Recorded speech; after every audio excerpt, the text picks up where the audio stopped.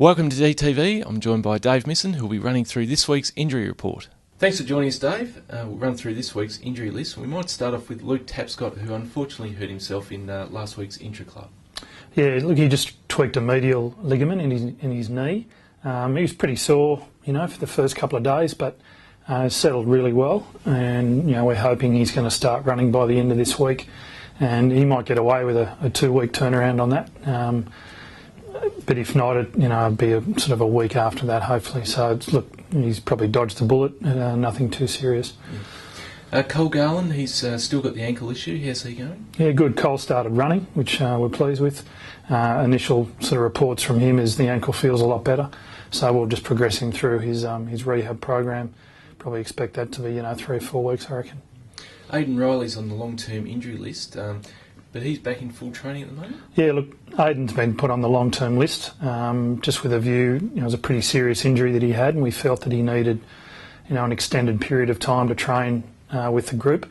He is, doing main training skills now and essentially is unrestricted. So, we're pretty pleased with where Aidan's at. He's working pretty hard on his conditioning as well as obviously his footy stuff.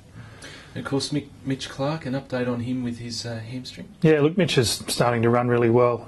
He's progressing through his rehab on that hamstring, and at this stage he's tracking well for us. Now this week the boys are heading to Alice Springs to play against Geelong on Friday night. Heading up to the NT again, what sort of challenges does that present?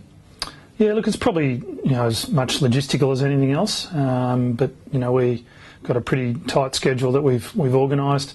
Obviously the heat becomes a factor, although I think the forecast is for early 30s and getting down to about 20 during the evening. So we're not, it's going to be good. It's on a big ground against really good opposition, so we're really looking forward to the challenge. It's been hot in Melbourne during the summer, so even though you can't replicate the humidity up there, we're pretty confident that the boys will be able to handle the heat aspect. It's as much about hydration and really preparing yourself for our first game on the road and sort of nailing our systems for when we travel. So we're looking forward to it. And in terms of training for this week, leading up to the game and post the game, how does that alter? Yeah, look, we train this morning. We'll do our main training on Wednesday morning and travel on Thursday. Then the boys stay up there for a couple of days doing some community stuff, and then we've sort of got a longer week next week leading into the Hawthorn game. So, we're pretty happy with the structure that we've got.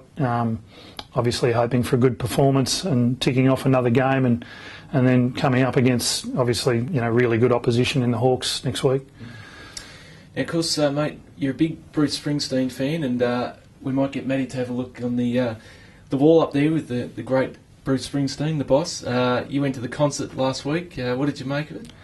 Yeah, look, I reckon if our players can show as much endurance as Bruce Springsteen, playing for 4 hours will be going all right. But he's just a legend, legend of the game, really, and it was very enjoyable. Very good. Did you have a standout track? Probably Thunder Road for me. It was good. It's always my favourite. So, yep, it was good. Fantastic. All right, mate. Great chatting, and best of luck for this week in the NT. Thanks, Manny. Cheers.